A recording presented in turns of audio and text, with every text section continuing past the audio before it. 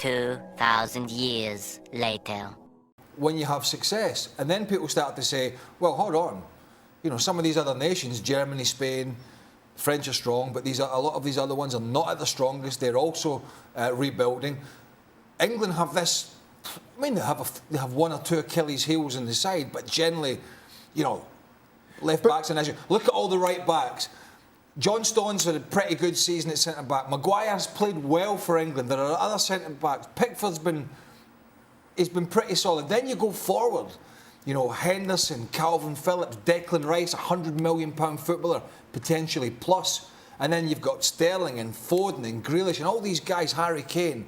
Should we not be expecting England to be a bit more inventive? Yeah. At the same time, though, Craig, you're saying it hasn't brought success, but it's brought more success than England have realised for 56 years.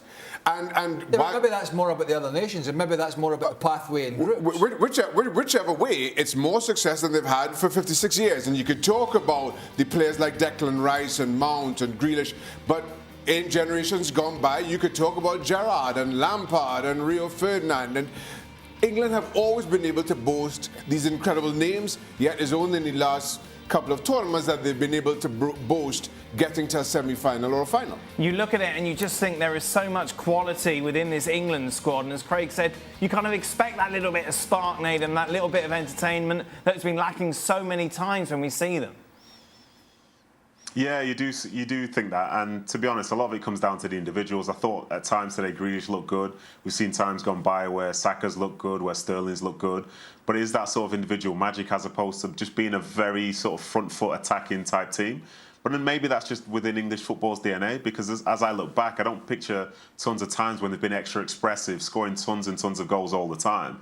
It's just basically what they are. And the one thing I'd say in terms of the game today and the setup, I think if England maybe had a left-sided left back, like maybe if Chilwell was playing, if we've got Chilwell and Reece James playing fullbacks, that's more attacking to me.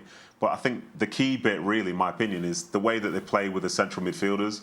Because for as good as Rice is, for as good as Phillips is and alike, I think they're more ball winners than ball players. And they are very good players. But when I looked at the game last time against Germany, you're looking at Kimmich in there and Gundogan, like, they might not be as good at winning the ball, but they're fantastic at moving, passing and moving, keeping the game ticking over and really starting some of those attacks. So it seems like maybe they're a bit short from that creativity element there. But with the bodies we've mentioned about Foden and alike, maybe they can find something. But then ultimately, is that what the coach wants? Because historically, that's not who England have been.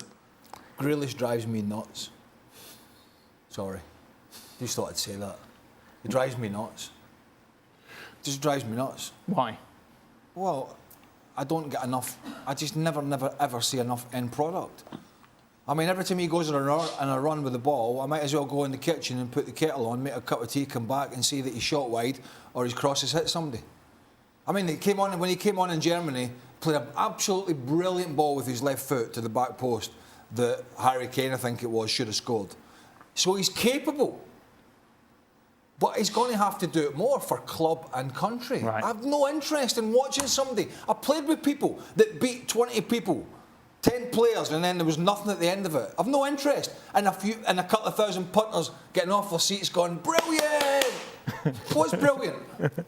What's brilliant? You run 70 yards and then gave it away, but you beat 8 people. So I just think, and I don't think I've been too harsh, he frustrates me. It's almost as if he feels, and I might be wrong, that these things he's doing is enough. It's not. It's not. He's much better than that. And he needs to get consistent end product. And we don't have that. I see the dribbles, I see the strength on the ball, I see the accelerating away from players and taking it for a run, but I only see occasionally something sparkling at the end. Right. And that drives me absolutely nuts for somebody with that talent. Well, thank you very much for watching ESPN on YouTube. For more sports highlights and analysis, be sure to download the ESPN app. And for live streaming, premium content, and let's not forget as well, ESPN FC 7 days a week. Subscribe to ESPN+.